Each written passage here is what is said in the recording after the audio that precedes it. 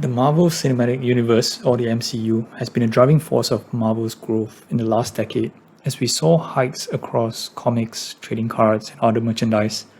Today, we'll explore a somewhat controversial segment of the Marvel trading cards genre, the MCU Autograph cards.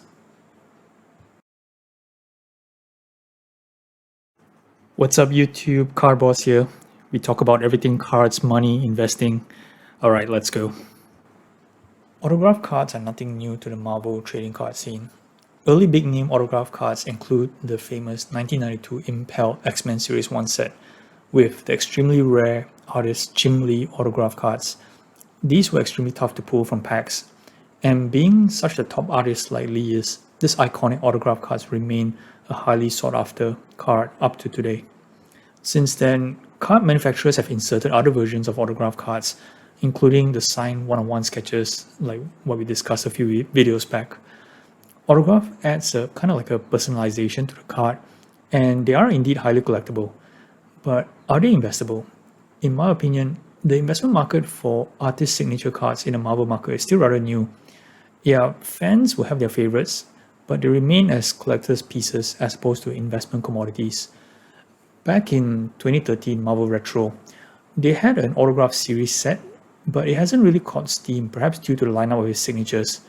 But on the flip side, I mentioned Jim Lee autographs, and these are highly coveted. If, say, Todd McFarlane had an autograph series, these would be coveted as well.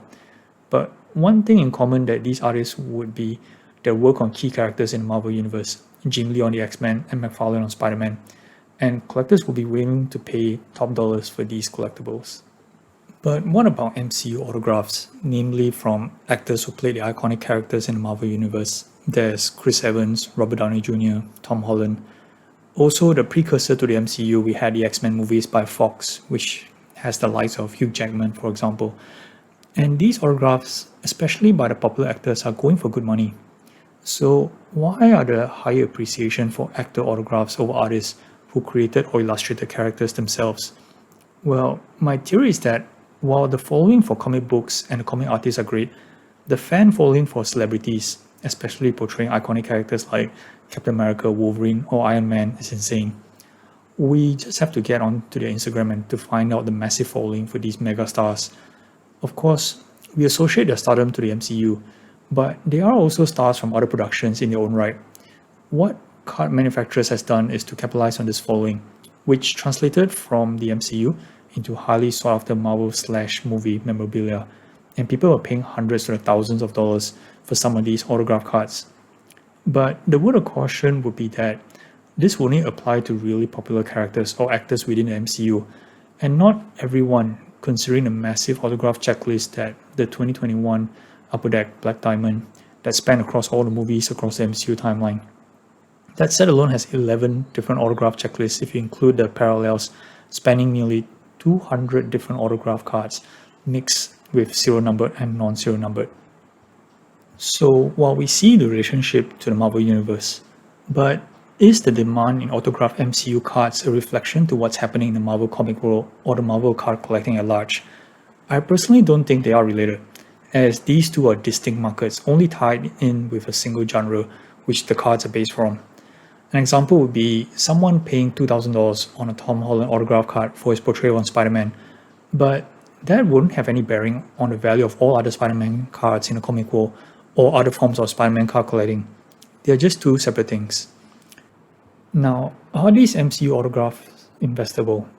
There are people who would argue yes, looking at the sales data, but you need to understand that the broad appeal may not necessarily come from the fans of Marvel, but most likely from fans of the personalities themselves. Hence, I do believe the investment potential in these MCU autographs have to consider several factors. First, the popularity of the actor themselves.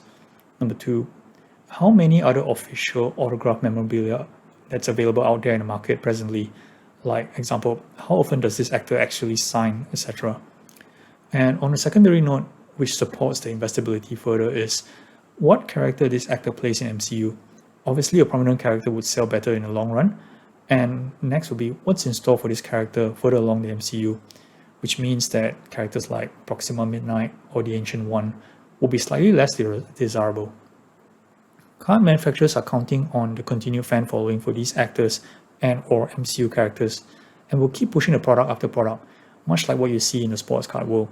Hence, I do caution that there will be some massive correction on the prices of these MCU autograph cards, as Upper Deck or any other manufacturer continues to produce watered down sets, such as what we saw with Black Diamond, with bigger and bigger autograph checklists. In conclusion, as a true Marvel card collector, you generally stay away from MCU autographs. They are value pools from packs for the purposes to sell and flip, but as an investor for Marvel trading cards, I would gravitate towards the more OG stuff like the Precious Metal Gems, Jambalaya, Masterpieces, or maybe even the 1990 Marvel Universe, if my goal is to appeal to the Marvel collectors market at large.